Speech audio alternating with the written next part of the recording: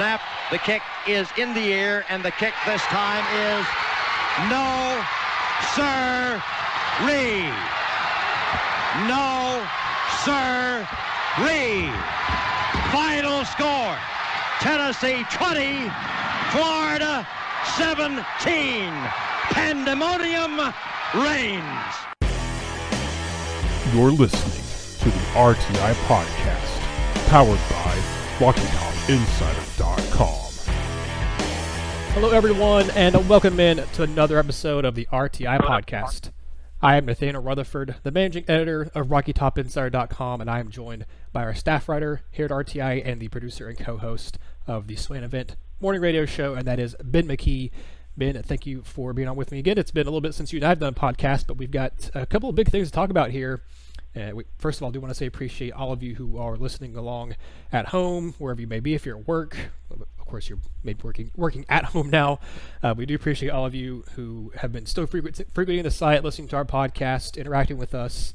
I know this is a very tough time for not just people here in the United States, but all across the world.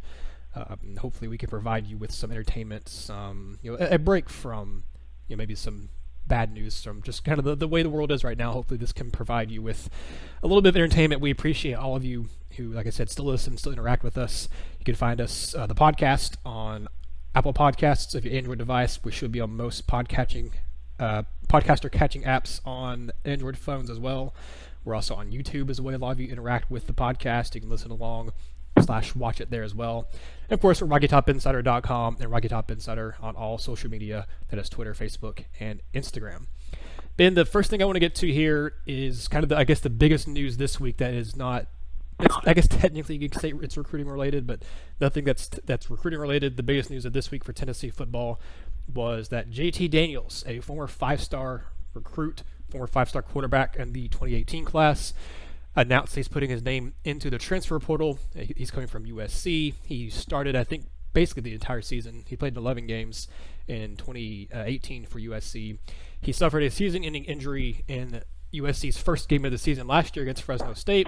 That allowed a true freshman, Slovis, to come in and kind of take the job and run with it. He got named the Pac-12 offensive freshman of the year, maybe offensive player of the year. I can't remember what it was, but he had a pretty solid season. I think 30 touchdown passes as a true freshman for USC last year.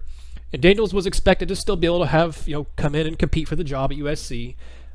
He was supposed to, they didn't think he's going to be able to practice during spring practices because he was still rehabbing that knee, but he was expected to come back sometime in the summer and then come back in fall camp and really battle for that spot. It wasn't, necessarily guaranteed that the freshman was going to be able, was going to hang on to the job as a sophomore. But much to the surprise of what I've been able to gather, a lot of the people who cover USC, the media members and stuff, it seemed like they're pretty surprised that he put his name in the transfer portal. We saw a statement from Clay Helton, USC's head coach, saying that we're going to support him. We would obviously love for him to come back. Then we had the report. I think it was Charles Power was the first person I saw report it from 247 Sports, saying that Tennessee, he believes, would be a team to watch. And then he, Greg Biggins, I think a couple other guys at 247 Sports put together a list of 7 schools that, the potential suitors for JT Daniels. Tennessee was one of them, along with LSU and a couple other schools, and then obviously him returning back to USC. Before we get into the what ifs of, should Tennessee pursue him, or if Tennessee does pursue him, what happens if he comes here? I'm curious your thoughts on this, Ben. I look at that list of potential suitors. I kind of look at across the NCAA, across the SEC. I think Tennessee would be an appealing choice for him because you do have T. Martin, who was his offensive coordinator in 2018, so you have that familiarity. And heck, you even have Velus Jones Jr., who is a wide receiver at USC in 2018 and 2019, who is now a grad transfer at Tennessee. So you even have that as one of his teammates is also here at Tennessee. You have a couple of things in Tennessee's favor, but I look at a school like LSU or some of these other schools that were on that list. I don't know that Tennessee, if I'm JT Daniels, I don't know that Tennessee makes the most sense to transfer to. And I'm curious your thoughts on that. Do you think Tennessee is, I guess, how appealing do you think Tennessee is to this former 5-star quarterback to come in and, because he's not guaranteed anything. I don't think he would be guaranteed anything anywhere, period. But to me, he's definitely not guaranteed being able to come in and win the starting job at Tennessee. I'm on the same page with you, but not 100% on the same page with you. I do think Tennessee would be a good fit for him. I know the quarterback room is crowded. You have 3, 4, 5, 6 guys that could theoretically play. You have Jimmy Holiday, you have Harrison Bailey, you have JG, you have Brian Maurer, you have JT Shrout, and I'll even throw in Kasim Hill. So there's 6 guys that could theoretically play quarterback. There are 6 guys.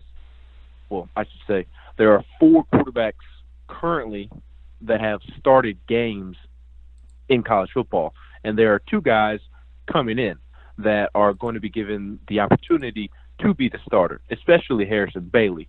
And I know everybody just kind of writes off Jimmy Holiday as a quarterback, but before this whole ordeal went down with the coronavirus, Jimmy Holiday was turning heads, and it was more so his athleticism that was turning heads, but the people inside the building were really excited to see how that athleticism transitioned to the football field, but not even just the football field, but the quarterback position on the football field. They wanted to see him in action during spring practice. Unfortunately, they were only able to have 2 practices before the rest of the spring got canceled. And let's just take a moment to remember the life of the 2020 Tennessee orange and white game.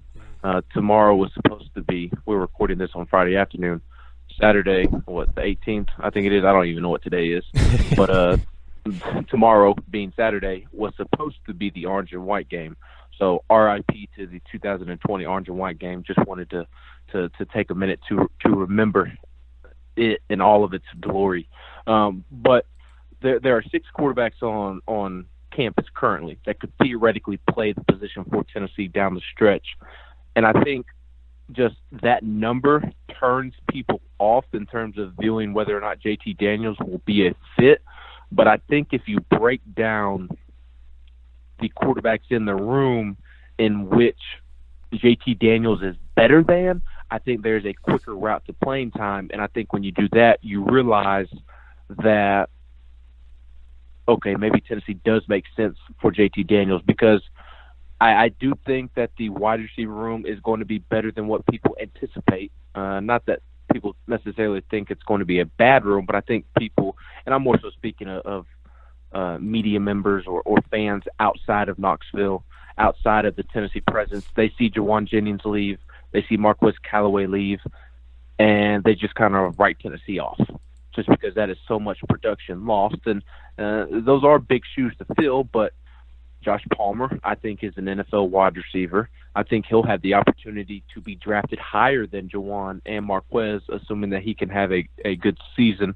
D'Angelo Gibbs is a guy that turned heads and, might have been the number 3 wide receiver over Palmer last year if he plays, and he just moved to the position. You have Brandon Johnson, who led the team in catches at one point in his career, his sophomore season. You add Velus Jones Jr. So I do think there's a legitimate talent at the wide receiver position that is appealing to incoming quarterbacks. And then I mentioned the guys that are already established on Tennessee's roster at the position, but you have a Jalen Hyatt, you have Jimmy Callaway, and these other wide receivers that are coming in this recruiting cycle that they just signed, and then this upcoming recruiting cycle that they'll sign in February, and the one after that. Tennessee has some really good options at the wide receiver position. So I think it makes sense for JT Daniels in that sense. And then going back to what I was going to get at with the quarterbacks is, on top of being behind arguably the best offensive line in the country, on top of being able to hand off the ball to Eric Gray, being coached by Jim Chaney, being coached by T. Martin, the passing game coordinator, being coached by quarterbacks coach Chris Winkie, a former Heisman winner, national championship winning quarterback. There are plenty positives to joining Tennessee's offense in terms of what you will be working with. Really, the only negative in my mind is the tight end position. You don't have a safety valve for the quarterback right now. You do have Austin Pope, who is serviceable, but you don't have a game-changing tight end. So I think in that realm, in terms of the tools and what JT Daniels would have to work with, I think it makes sense in that area. And then, as I keep trying to get to. Yes, the amount of quarterbacks, the number is high, but I think he's better than Brian Maurer already. I think he's better than J.T. Strout already. I think he's better than Jarrett Garantano already. I think he's better than Kasim Hill, obviously, better than Jimmy Holiday, and I would only give him the nod over Harrison Bailey just because J.T. Daniels has played college football. Harrison Bailey has not. Harrison Bailey has not gone through spring practice. So assuming that football season happens as it normally does and there's fall practice and the season starts on time, I think J.T. Daniels would have a great chance at beating out Jarrett Garantano for the job. I truly do. So, yes, the number of quarterbacks in the room is 6, and that's a big number.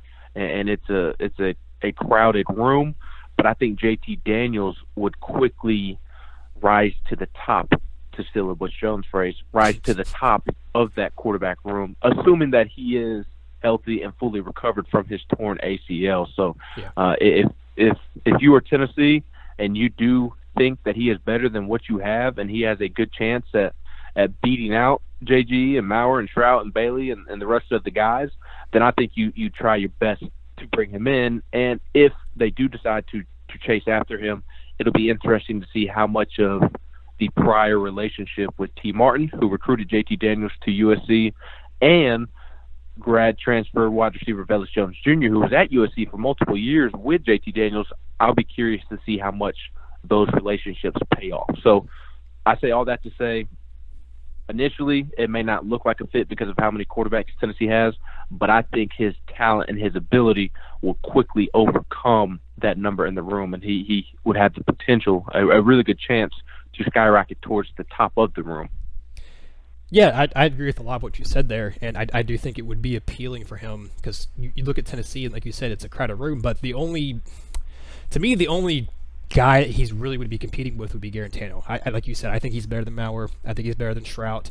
I think he's better than Holiday. I think he's right now better than Harrison Bailey because Bailey is a true freshman who had 2 spring practices, and he's not going to have a typical summer session like most quarterbacks would because of all this COVID-19 stuff going on. But I look at a couple other schools, and the 7 schools that they listed on 247 were LSU, Michigan, Florida State, Ole Miss, Washington, and staying at USC. I look at LSU and Washington in particular because those 2 schools have been schools that have had a lot of success over the last few years. Obviously, LSU won the national title last year. But you also look at their quarterback room, and Tennessee has a rising redshirt senior and Garantano, but he has, like we've mentioned, he's not necessarily nailed down that starting job.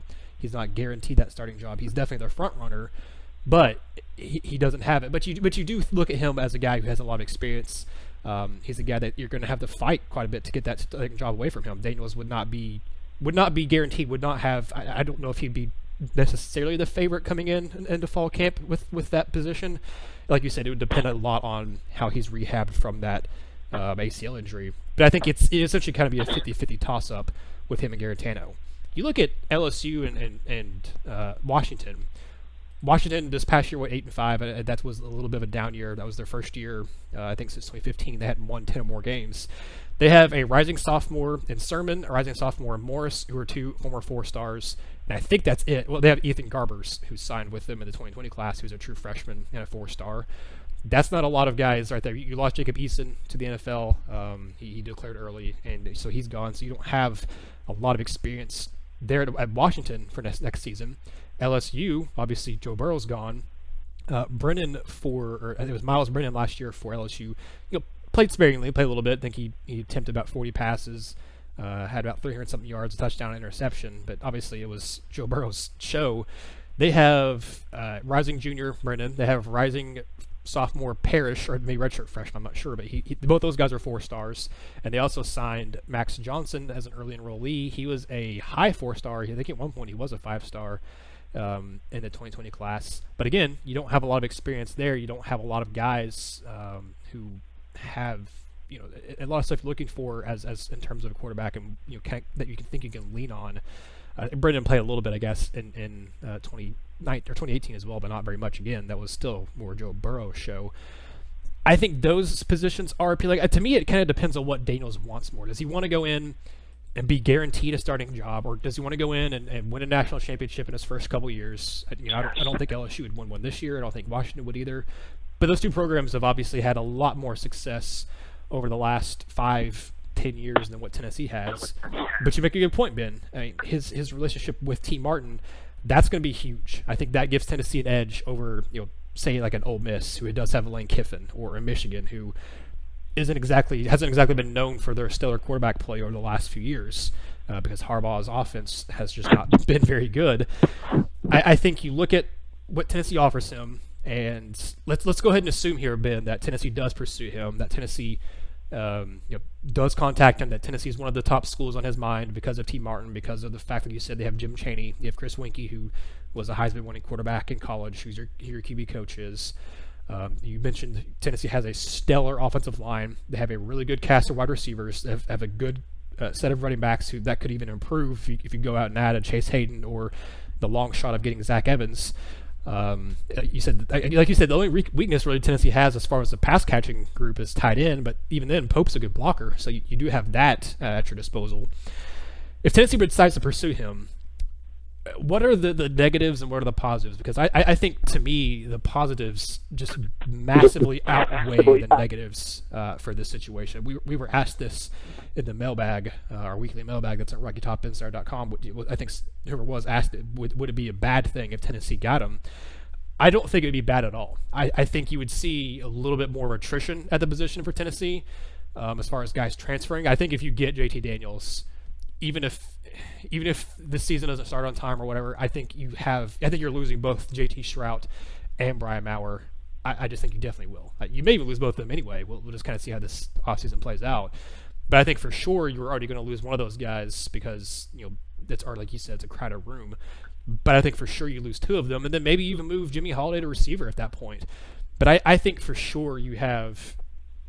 It's to me, it's a net positive no matter how you look at it. Even if he isn't fully recovered from his ACL injury, Daniels was good. You look at what he did in 2018 not just as a true freshman, Ben, that he was a kid who reclassified from the 2019 class to the 2018 class. To 2018 class. He was like what Jake Bentley did with South Carolina. He should have been in high school still when he was starting for USC as a true freshman. He threw for over 2,000-something yards. He had 14 touchdowns, and yes, he had 10 interceptions. But again, that was him as a true freshman quarterback, a guy who should have been in high school still, playing against some, Pac-12 defenses are the SEC defenses, but still Power 5 defenses. And USC hasn't been very good the last few years, and it wasn't like they had a stacked roster necessarily for him there. So I think JT Daniels would be a major upgrade over a JT Shrout, over a Brian Maurer, over a Jimmy Holiday, as far as what they have right now. Because like you said, and we just touched on earlier, Harrison Bailey, that's I think what was would be the most intriguing discussion to have, and I think you and I can go ahead and cover that here too. If Tennessee, if not only are they pursuing him, but if JT Daniels does choose Tennessee, what in your mind does that do to the quarterback position? Not just does Tennessee lose, Shrout and Maurer, but does Jarrett Garantano decide to transfer? How does this affect Harrison Bailey? In your mind, Ben, what do you think this would do to Tennessee's quarterback room if? And I think it's a somewhat of a big if, but if Tennessee does get JT Daniels as a transfer. It will be fascinating to watch. It would be like throwing a smoke grenade into a room and seeing which one survives, or throwing them all into an octagon and seeing who is the last man standing. I guess. I kind of go one by one with JG. I don't know what JG would be honest with you. I guess it's a lose-lose situation for JG if they were to go get JT Daniels, because if Tennessee were to go get JT Daniels, I think the smart thing for JG to do would be to transfer elsewhere and just make sure that he can play somewhere for his final season of college football. And I know people scoff at the idea, but JG is trying to position himself to where he can either be a late round draft pick or be a quarterback that can get picked up as an undrafted free agent. So he needs to do what is best for him to get to that point. Obviously, playing well on the field will do that for him, and much better than he has played in the past. But in order to play well, to play better, he has to play in the first place. And JT Daniels, he isn't transferring because he's upset with USC's coaching staff. He isn't upset because he is scared of competition. He isn't upset because he's not good enough to play at USC or at this level. He's transferring because he got hurt and he lost his job. It's truly as simple as that. Caden Salvis, I believe is his last name. I always have a hard time pronouncing his last name, but he was terrific. Won Pac-12 Freshman of the Year, I believe. And JT Daniels was the starting quarterback until he tore his ACL. But the other kid came in and stole his job, and it's really that. And Clay Helton has made a commitment to keep that young man as the starter, and I don't blame JT Daniels for looking elsewhere. He's too talented to sit on the bench. So if he comes in, then JG, if I were him, I would look to go elsewhere just to guarantee playing time, because if JT Daniels comes in, playing time is definitely not guaranteed. Playing time already isn't guaranteed for JG. So I think it's a lose-lose situation for JG in the sense of he can't do the play 4 games in redshirt because he's already redshirted. So he can't do that if he were to lose out to JT Daniels. And then he can't transfer. I mean, technically he can, but I say it's a lose-lose situation because he doesn't have the option to play the 4 games and transfer. And then if he were to announce that he is transferring after JT Daniels commits to Tennessee, then everybody is going to ridicule him for not being a competitor, not being, willing to stick around and compete. And I think that would be an unfair label for JG. Now, a lot of people would just be excited that JG is no longer a quarterback, which I hate that is a thing that exists. But it's a lose-lose situation for JG, and I would be really interested to see what he does because he only has 1 year of football left at the college level. So I don't really know what you do if you're him. I think Brian Maurer and JT Shrout are gone regardless of if JT Daniels comes to Tennessee or not. I think in JT Shrout's case, I just simply think that Harrison Bailey, JG, and potentially Jimmy Holiday are just better than him. Even Brian Maurer just simply might be better than JT Shrout. So I think that'll be the reason he ultimately transfers. With Brian Maurer, he's just not mature enough to be a quarterback at Tennessee right now. Which is kind of why I'm out on him. I think he has the potential to be a good quarterback. For some reason, people just conveniently forget how inaccurate he was this past season, and it wasn't all about just forcing passes into double and triple coverage. There were wide receivers that he just flat out missed this year due to inaccurate passes, and I think people give him the benefit of the doubt because his name is not Jarrett Garantano, and he made one big throw against Georgia. So I think he has a lot of maturing to do. He's already emotional, has already thrown out signs on social media about him threatening to transfer. So if JT Daniels is coming to Tennessee, I think he's as good as gone, quite frankly. Jimmy Holiday, he probably moves to wide receiver. Kasim Hill, he probably doesn't play in the first place, so I don't really know what he does. He's not even on scholarship. And so that really it boils down to what do you do if you are Harrison Bailey? I think he would give it a year. I think he would fight for the job.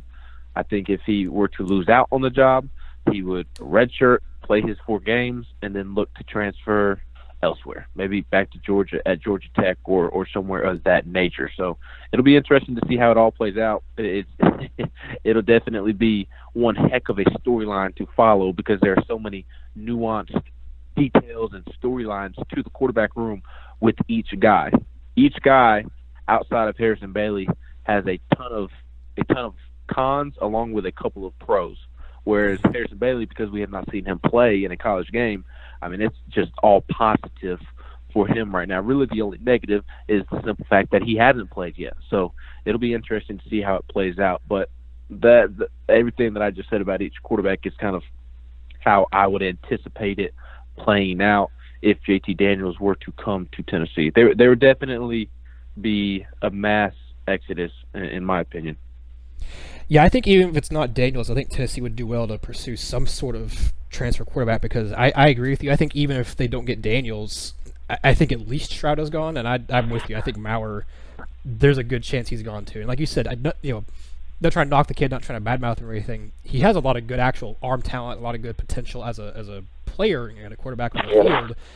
But he's got to mature, man. I mean, it's one thing to kind of have that swagger about you, and to kind of be that firecracker. We saw him, the team kind of get behind him and get energized when he was in the game this season. We mentioned that several times on the podcast, and talking about the ongoing question of the quarterback battle all season long for Tennessee last year.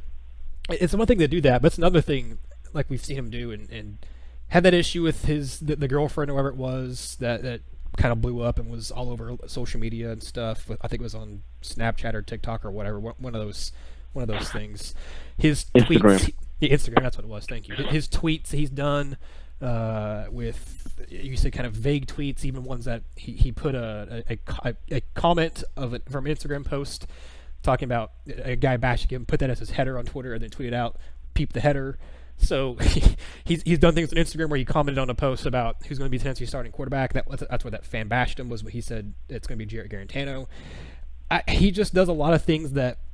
It's one thing if you're a receiver doing that. It's one thing if you're a lineman, if you're a running back or a safety. It's one thing if you're a skill position player doing that. It's a totally different ball game if you're a quarterback doing that. Quarterbacks are held to a higher standard, whether it's fair or not. They are. They're supposed to be the leaders of the team. They're supposed to be the guy who not just leads the offense, but is the leader of the entire team outside of the head coach. They're supposed to be the guy that you look at, what Peyton Manning's done. You look at what Josh Dobbs did in his last couple years at Tennessee. You look at Casey Clausen. These guys were leaders. These guys were guys you didn't mess with, and they would they would put you in line. They would tell you, hey, this is what we need to do here. This is what we need to do this, especially with Peyton and Casey. Maurer has potential. He just needs to mature, and I'm with you, Ben. I don't know if he's going to stick around at Tennessee long enough to mature here. He may be like a Riley Ferguson situation where it takes him transferring to another school to mature. And sometimes that's just what kids need. Sometimes they just need to get out of a different situation. Obviously, he's not from Tennessee. He's from Florida. Maybe he needs to go back home. Maybe he needs to be closer to home. Maybe he needs to be further away from home. I don't know. Maybe he stays at Tennessee. I like Brian Maurer. Like I said, I'm not trying to bash him. I like him. I think he has a lot of potential. But I do think both Stroud and Maurer are going to be gone regardless of what happens. But that leaves you in the tricky spot of, if both of them are gone and you don't have a transfer come in, you have Jarrett Garantano, and then you have two true freshmen. If Garantano gets hurt, which he's gotten hurt basically every year he's been at Tennessee, he's missed time, whether it's been because of his own playing time or his own playing like it was last year, or you look at 2017, 2018 when he got knocked out of games because of injury. He's a tough kid. Garantano has taken some brutal hits and hasn't really missed a significant amount of time. But he had that, obviously, the wrist injury, hand injury last year that did sideline him a little bit when he was starting to play a little bit better. I think it was against South Carolina was when he suffered that injury, and then you saw Maurer and Stroud kind of, and even Juwan Jennings kind of had to play quarterback while Garantano wasn't 100%. But if he gets hurt again this year, which history tells us will probably happen at some point, even if with Tennessee having a better offensive line, Garantano just takes some brutal hits, you're going to have to throw in a true freshman one way or the other. And maybe Harrison Bailey is ready to do that. Maybe he's ready to take that role. We've talked about that, I don't know how many times on this podcast, on the recruiting podcast, about is Harrison Bailey ready? I think this spring situation with the COVID-19, with that hurting, no longer having spring practices, with there being no summer workouts, or not, the summer workouts you were expecting to have aren't going to happen, that really hurts Bailey from a productivity standpoint, from getting a rhythm with his receivers at Tennessee, from figuring out the offense. He can still learn, look at the playbook, and he can do things on his own, and he, I guess, can talk with coaches. I think they're allowed them to do, Skype meetings and stuff like that with coaches and stuff, but it's not nearly as much contact as they would have typically, is what they'd normally be having right now, and what they'd normally be having over the summer and stuff. That really hurts Harrison Bailey. I think Tennessee, if it's not JT Daniels, if it's someone else, I think they absolutely have to get some sort of transfer quarterback just to have someone else there who's had experience as a backup. And I think, Ben, you're looking at, people are also saying, well, if Daniels does transfer, will he be eligible next season? I do think he'll be eligible for next season because I mentioned in our article on RTI about, looking at the report of I think it was, like I said, Power saying that Tennessee is a team to watch.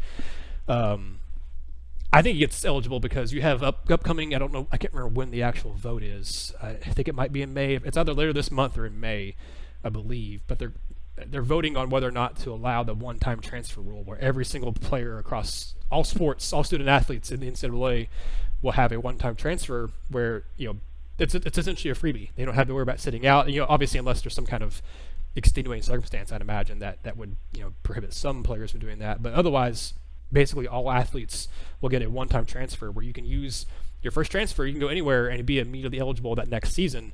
But then obviously after that, you'd have to sit out or apply for it unless you're a graduate transfer.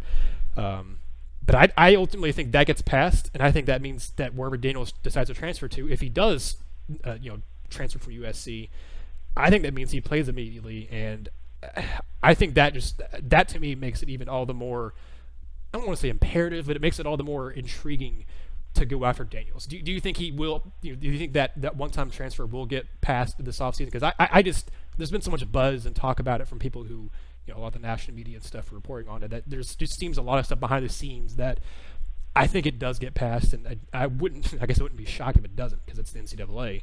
But I think it does get passed, and I think to me that makes Daniels even more appealing. I think he'd be appealing even if he did have to sit out this next season because of the transfer rules or whatever. But I think it gets passed. I think that makes him an even more intriguing option for Tennessee. I only think it gets passed just because of people who have been covering the whole situation think that it is going to get passed. So I don't have any personal insight or real opinion on whether or not the one-time transfer rule will be passed, but I do know that those covering the situation do think that it is expected to pass this summer for all sports. So that would definitely change things because he does not have to worry about sitting out this season. If I were JT Daniels, I would be trying my best to go to LSU. That is where I would be trying to go. Although I do think Tennessee is a great potential fit for him, and this is kind of what I meant earlier when I said that I was on the same page with you, is that, yes, I disagree in the sense that Tennessee is a good fit for him, but I do agree with you that there are like better fits out there for him, such as LSU. Really, LSU is the big one that comes to mind. I think of the schools you mentioned, Tennessee has more talent than Florida State, and especially on the offensive side of the football. Tennessee is a quarterback away from being a legitimate threat to Florida and Georgia for the SEC East. Now, Florida and Georgia have more depth just because Kirby and Dan Mullen didn't take over what Jeremy Pruitt did, and Kirby has been able to recruit longer than Jeremy Pruitt. So those two teams do have better depth. But what if Tennessee is able to pull off an upset in one of those games? Then all of a sudden Tennessee is in the driver's seat to win the East. So they are good quarterback play away from being in that position. Even with JG or freshman Harrison Bailey or Brian Maurer or JT Shrout, Tennessee has a chance to win the East. May not be a great chance, but a chance nonetheless, which is better than where Tennessee has been in the last couple of seasons. So, but back to my point, if I'm JT Daniels, I'm looking to go to LSU. They have the best wide receiver returning in the country in Jamar Chase. I mean, he won the Biletnikoff this past year as a sophomore, and is going to be an absolute stud this upcoming season as a junior. And LSU has talent everywhere. They will be in a position to win a championship even after losing all that it lost from the championship team last year. And as crazy as it sounds, Miles Brennan may be a better prospect than any prospect Tennessee has, but there is a quicker route to the field at LSU than at Tennessee because there's less competition in the quarterback room. So, and you're going to get good coaching at LSU. So if I'm JT Daniels, I'm first looking at LSU, but I am definitely considering Tennessee. And boy, I think Tennessee could also sell JT Daniels on what he could mean to Tennessee fans. Tennessee fans have been craving good quarterback play since Josh Dobbs graduated, and really, I mean, people even now don't well, they're starting to now because of hindsight, but even while Dobbs was playing, people didn't appreciate Dobbs as much as they should have. So if JT Daniels could come in and lead Tennessee to Atlanta, my word, he would be loved by Tennessee fans for forever. So I think that is also something that Tennessee could sell him on. Yeah, and I think we touched on it already. We're going to see some attrition at the quarterback position anyway. This offseason, Tennessee is going to have some guys transfer, and I think we'll see a running back transfer or whatever, because Tennessee has they're over scholarship limit right now. They're over the 85 scholarship limit with the guys they brought in as transfers, with the guys they signed in the 2020 class, and with how many guys they have returning, because Tennessee didn't have a very big senior class after the 2019 season, and because of that, and because of all the guys they brought in the past, and the guys they brought in for this 2020 cycle, and Cade Mays and Velas Jones Jr. as transfers, Tennessee's already over the scholarship limit. I can't remember what the actual number is and how much they would need to lose, but Ben, we've talked about it. We both think at least one, probably two, maybe three quarterbacks end up transferring this offseason. I think we both can agree that at least one running back's going to transfer, because it looks like Tennessee's for sure going to try to bring in someone else, whether it's Chase Hayden or Zach Evans. But I don't want to sit and speculate on names and on specific players, but if there's another position group that you think will experience some attrition, another position group that experience another one or two transfers, what do you think is the most likely option on the roster? Because I think it's probably, in my opinion, one of the lines of scrimmage, because you have quite a few bodies on both lines of scrimmage, and you return all your significant contributors from both sides of the ball, really. I mean, you have all of your starters and rotation guys from the defensive line coming back. You basically have all your starters on the offensive line coming back too, and bringing in Cade Mays as a transfer, who's probably going to be a starter as well. And you have a lot of competition there with, Darnell Wright had a pretty decent freshman year, but then you had Kayron Calvert come on strong at the end of the season, and he's obviously was going to be competing there for that spot with Darnell, and then you had the other guard spot was kind of up for grabs a little bit too. Actually, never mind. I guess Cade Mays would be fighting for it, but yeah, kind of the backup spots at guard for whether it's Jameer Johnson, Jerome Carvin, or whoever's going to kind of carve out the backup role behind Trey Smith and Cade Mays. But I think it's one of those two positions that would most likely see another 1, 2, or 3 guys transfer. And you can probably make cases for a couple others, but I think if Tennessee's going to experience some more attrition outside of quarterback and running back, I think it's going to be either offensive line or defensive line. I think it's the running back room, just because of how many running backs Tennessee has right now, and the fact that Eric Gray, it appears that he has emerged as the number one guy. Granted, I mean, he really only showed up in the Vanderbilt game and the Indiana game last year, had a nice couple of runs in the Georgia State and BYU game to start the season, but then kind of went MIA until the Vanderbilt game later in the year, which was the final regular season game, and then he did his thing in the bowl game, as we know. So even though it was, I guess you could say, a small sample size, even though he rushed for 296 yards against Vandy, something like that, north of 200, it still appears that he is going to be the guy moving forward. And Ty Chandler is going to receive a bunch of playing time. So where does that put Tim Jordan? Where does that put Carlin Fields-Aimee? Does Lenith Whitehead move to linebacker because you have Jabari Small and T. Hodge coming in? So I think the running back room is the one that I'm 100% sure there will be a transfer. And I do agree with you. I think the offensive line will experience a transfer just because it seems as if those starters are locked in, or I should say Tennessee already has a starting lineup locked in with Wanye at left tackle, Trey Smith at left guard, Brendan Kennedy at center, Cade Mays at right guard, and Darnell Wright at right tackle, though Kayron Calvert could push for a starting position, and maybe Jameer Johnson could push for a starting position if he can get out of the doghouse. But I think that's a position at offensive line that you'll see a transfer as well. And I don't know about the defensive line. There are 6 seniors along the defensive line, but nobody really has a position locked down. I mean, I guess you can go ahead and pencil Aubrey Solomon in. Is Emmett Gooden just an automatic starter?